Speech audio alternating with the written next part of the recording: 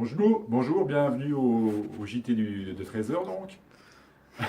Excuse-moi, je suis désolé.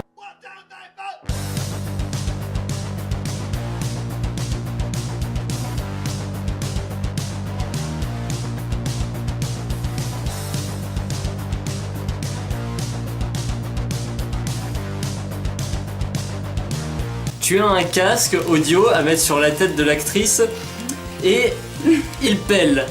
Comment tu fais? Et la réponse à trouver sera... Bah, c'est surtout faire la scène sur les shots. Ça fait un peu bizarre, ouais. Donc, ouais. c'est tendance. Oh, on dirait que c'est... Oui, c'est tendance.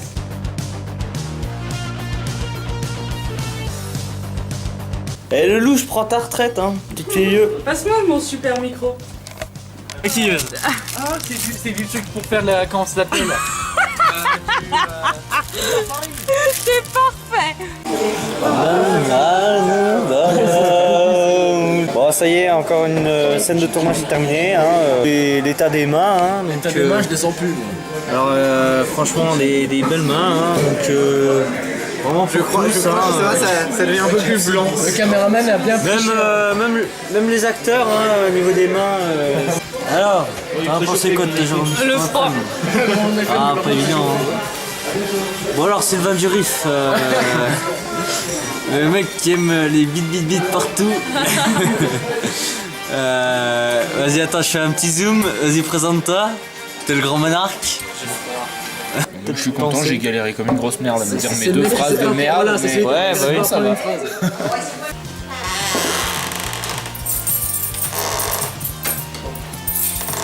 Parfait.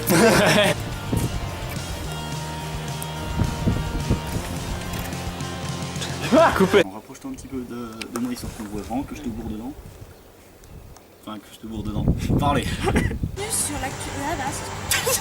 Tu peux relancer, t'inquiète pas. Hein. J'avais pas l'intention de te tuer. Je savais pas de toute façon. Je savais qu'on avait besoin de toi pour aujourd'hui. Maintenant, je vais pouvoir te tuer. C'est ça, essaye. Il vous filme. Ouais, je sais très bien.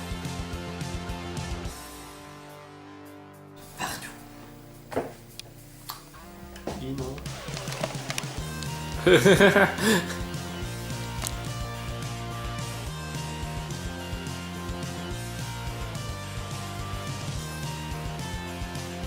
Bonjour, je suis Sylvain Pierre Durif, aussi connu sous le nom de Grand Monarque, Merlin l'Enchanteur ou l'Homme Vert.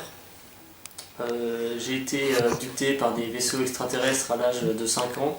Je m'appelle Laure. Les cons. Le con. Les décons. Non, le con. Le con. Alors, je m'appelle Laure Le Con. J'ai 32 ans. Et je suis journaliste dans le journal. Je te laisserai pas tant que j'aurai pas ce que je veux. Mais lâche-moi tes tarés.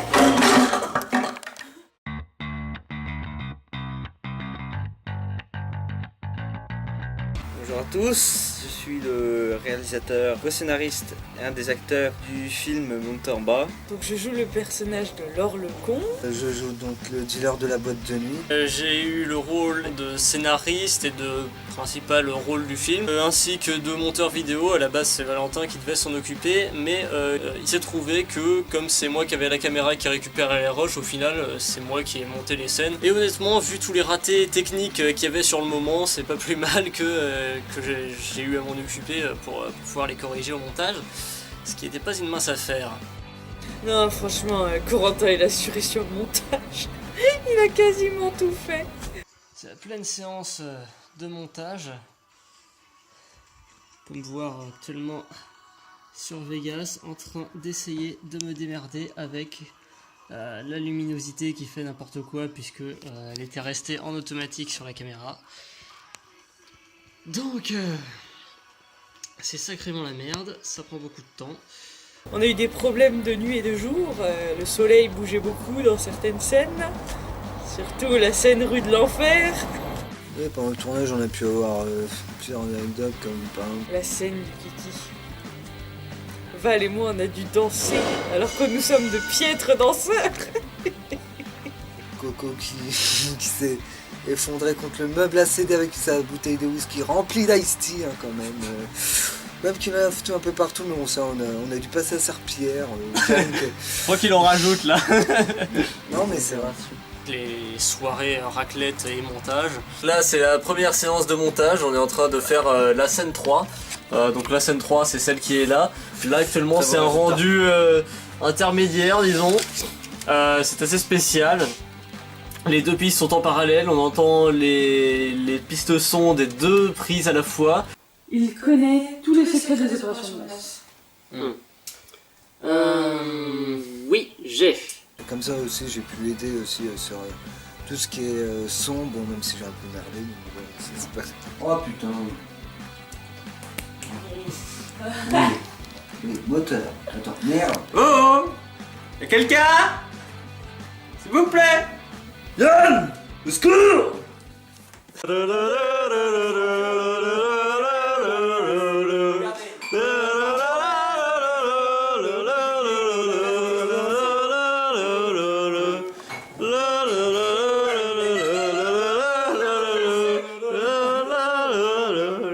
Ah, partie terminée. Bon, du coup, on va être obligé d'arrêter la caméra pour reprendre un petit peu le boulot parce que bon, là pour l'instant c'était que la première partie facile du travail. C'est parti. Donc après le côté scénario, j'avais imaginé voilà, 2 journalistes. Mais les journalistes, je les aurais imaginés comme des stars. Et en fait, voilà, ils ont trouvé la super exclue et puis voilà, ils ont réussi quelque chose de très lourd. Et du coup, ça y est, ça commence à avoir la grosse tête et puis ça dérape après. Le coup des actionnaires, j'avais regardé des reportages. Les actionnaires qui s'en foutent complètement des employés. Hein. Ils peuvent les virer, ils virent même 4000 personnes pour récupérer leur argent. Et du coup, voilà, ce qu'on a voulu rajouter de plus, c'est qu'on les fasse tuer.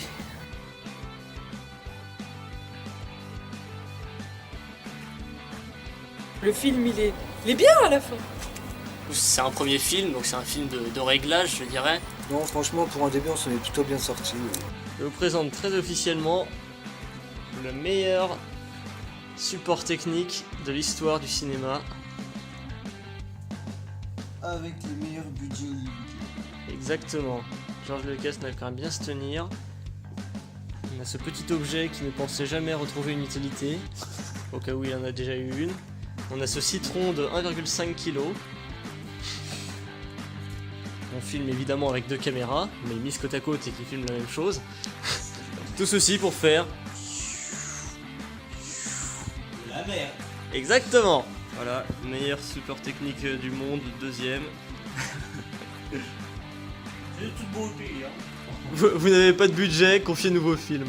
Bon allez, coupez. Non, après au-delà de ça, le film a beaucoup de défauts, c'est sûr. Il y a des critiques qui étaient très franches là-dessus. Après, des fois, il y a des défauts forcément que je trouve qui étaient excusables. Évidemment, après, il y a les défauts techniques, le son, l'image, etc. Les critiques sont plutôt bonnes, mais c'est bien qu'il y ait aussi que ça diverge un peu, comme ça au moins ça se voit qu'il n'y a pas de faux cul. Alors, il y en a qui étaient bien et d'autres moyennement, mais après je comprends, c'est des avis un peu plus professionnels. Même notre prof de théâtre nous a dit ce qu'il pensait, que voilà, il a dit qu'il y avait certains défauts, mais qu'au fond, voilà.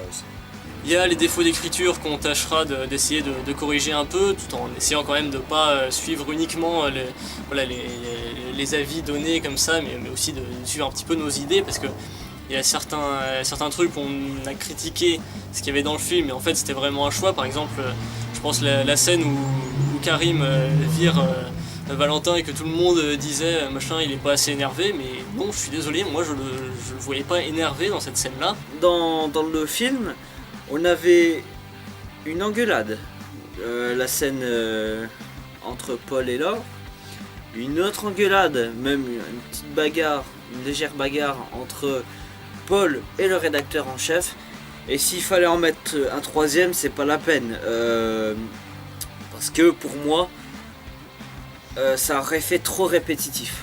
Au pire, on refait scène de ménage et puis c'est bon, quoi. Il n'y a aucun problème. Mon personnage de patron.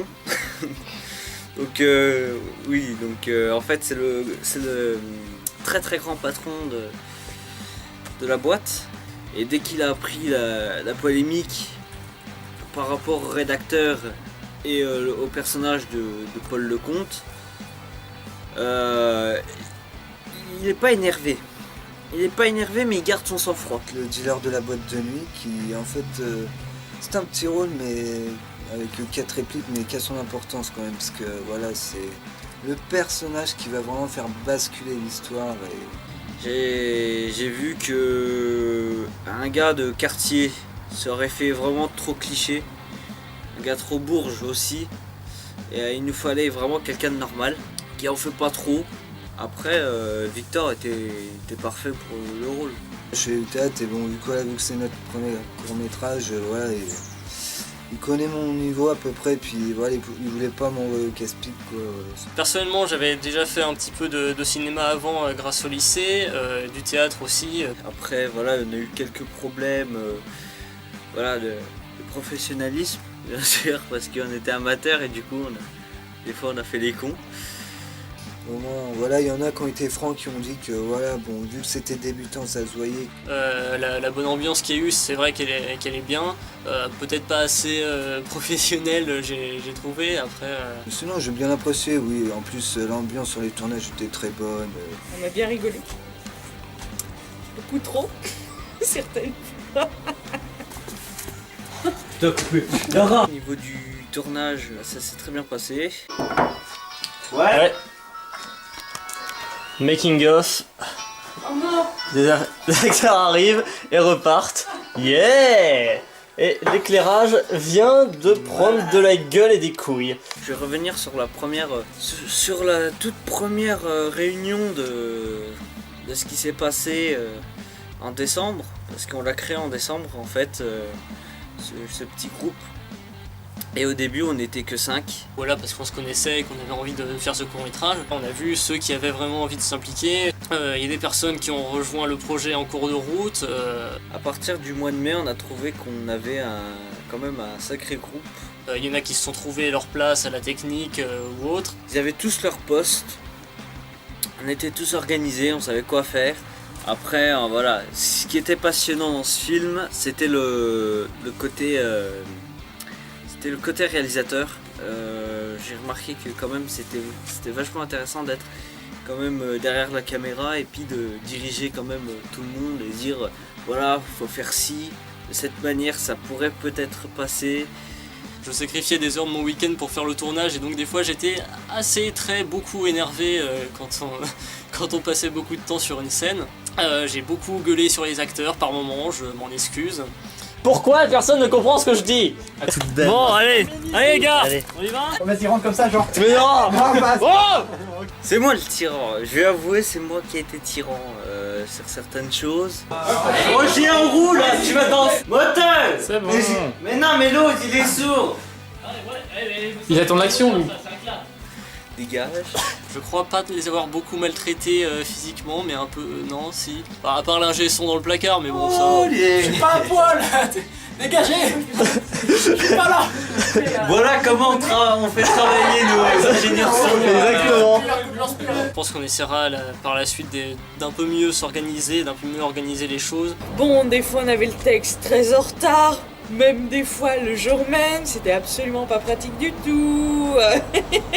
Des fois on avait des soucis de micro qui ne voulaient pas venir. Des problèmes de batterie de caméra, venir avec une caméra déchargée ou ce genre de choses. On perd moins de temps sur les scènes ou en tout cas ou alors qu'on prévoit plus de temps sur des vacances. On prend une semaine prévue pour un tournage qui est censé durer 3 jours parce que on constate qu'on dure toujours plus longtemps qu'on avait prévu. Et on voit d'ailleurs que quand on est bien organisé sur des scènes, des fois c'est très bien. Par exemple la scène de la boîte, on avait prévu 2h30 pour la tournée, on a mis 2h30 pour la tournée, le résultat est bien. Bon alors il y a eu quelques défauts sur cette scène autres, mais... On avait demandé de droite à gauche, voir combien il y avait de figurants. Et du coup, on avait au moins plus d'une trentaine et finalement, On avait moins de 10 et du coup on a essayé de recaler ça avec certains plans. Voilà, essayer de tous les regrouper. Après, c'est sûr qu'il y a beaucoup de défauts qui ont été pointés à plusieurs reprises et donc on va sûrement corriger pour le prochain, hein, bien évidemment. On n'a pas envie de s'arrêter là. Il y en a qui ont des idées, j'ai des idées aussi, même si du coup j'aurais pas le temps de les mettre en place maintenant. Donc après, on va voir pour un prochain scénar. C'est en train de se faire. Il y en a qui ne continueront pas sur les prochains projets, en tout cas pas l'année prochaine, parce qu'après forcément l'équipe se reforme à cause de l'année qui arrive. Sûr, moi je continue, moi j'abandonne pas ce genre de projet. Moi, Coco, Karim, on continue, ça c'est sûr. Donc l'année prochaine, je me reverrai. Avec le début de mes études, ça va être extrêmement compliqué. Ça les intéressait pas de continuer. Et du coup, maintenant, on ne sait pas, vont-ils rester, vont-ils partir? Réponse l'année prochaine, enfin à la rentrée. Ceux qui vont sans doute rejoindre l'équipe, on l'espère en tout cas. Toi aussi, rejoins le de la secte des Lumières. On vous retrouve dans de nouvelles aventures. Ciao. Allez, ciao.